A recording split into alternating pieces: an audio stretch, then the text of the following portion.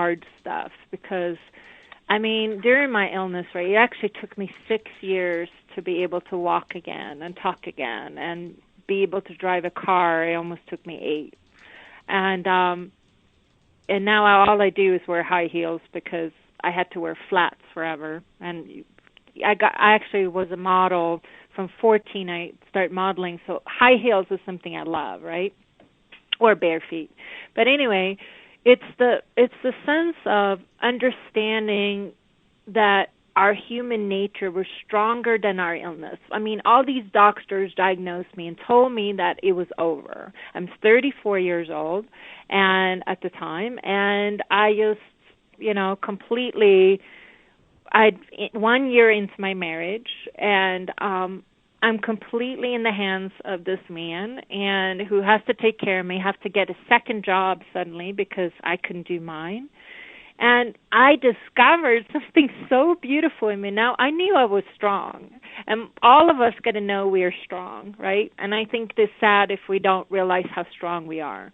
But what I realized is that I was willing to do everything in my mind, everything in my being to heal and to do my best. And if I didn't heal, I was completely loving and kind towards my illness because I loved me. And I realized that was the best gift I had. So everything I've experienced have only brought me more joy and bliss every day in who I am. And I think it brings the same joy and bliss to my clients, helping them figuring out their stuff and their obstacles and have fun and every day, no matter what, enjoy the journey. I believe in laughing throughout my whole day, no matter what. It drives my husband mad sometimes, but my cats and me loves it. So, life is too short.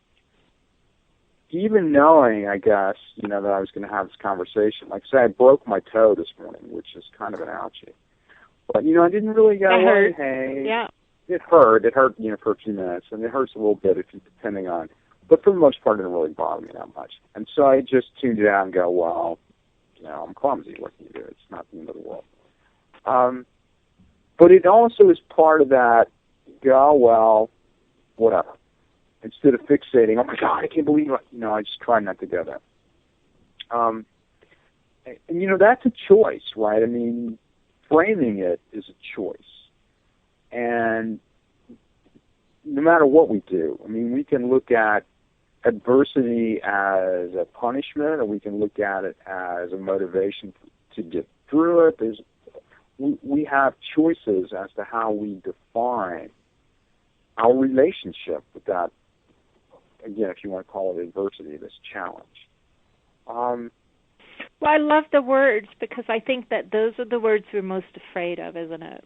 Adversity, challenges, obstacles. We all think that means to stop us, but I always think it's the reverse. It's there to go, how committed are you? Are you going for it? Are you going to, are you strong enough? Are you ready? That's kind of what that's about, and that makes me more excited. So I'm the wrong person. Agree.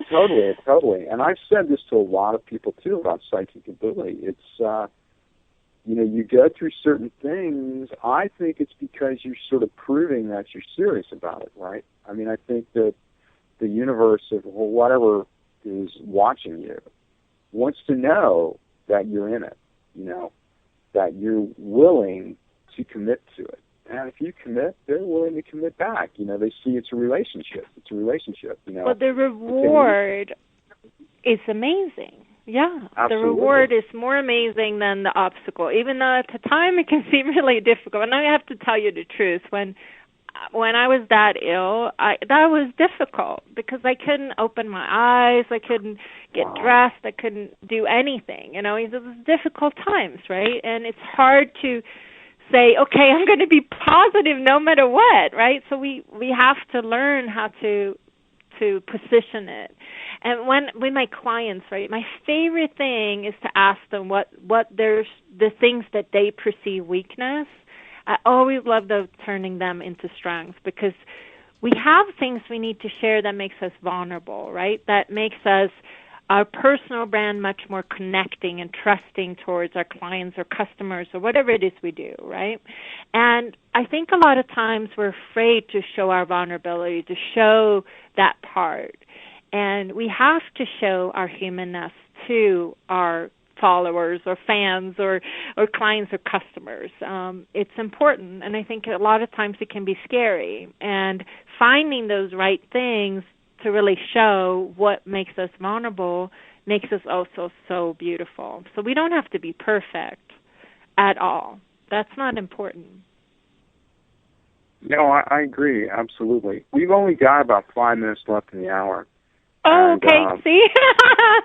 And I don't know, I mean, all of you listening, I have no idea. We sort of went off topic from brand, but in one way, you've got to see that everything I'm talking about is actually, to me, brand. This is how I make people famous. It's being, the more true you can be, the more you discover what you do, and the more aligned you are with who you are, the more fun you'll have and you'll enjoy your journey. So I hope you all got that from what we were talking about. No, I mean, that's beautiful. And the reason I'm bringing this up is that I hope you've had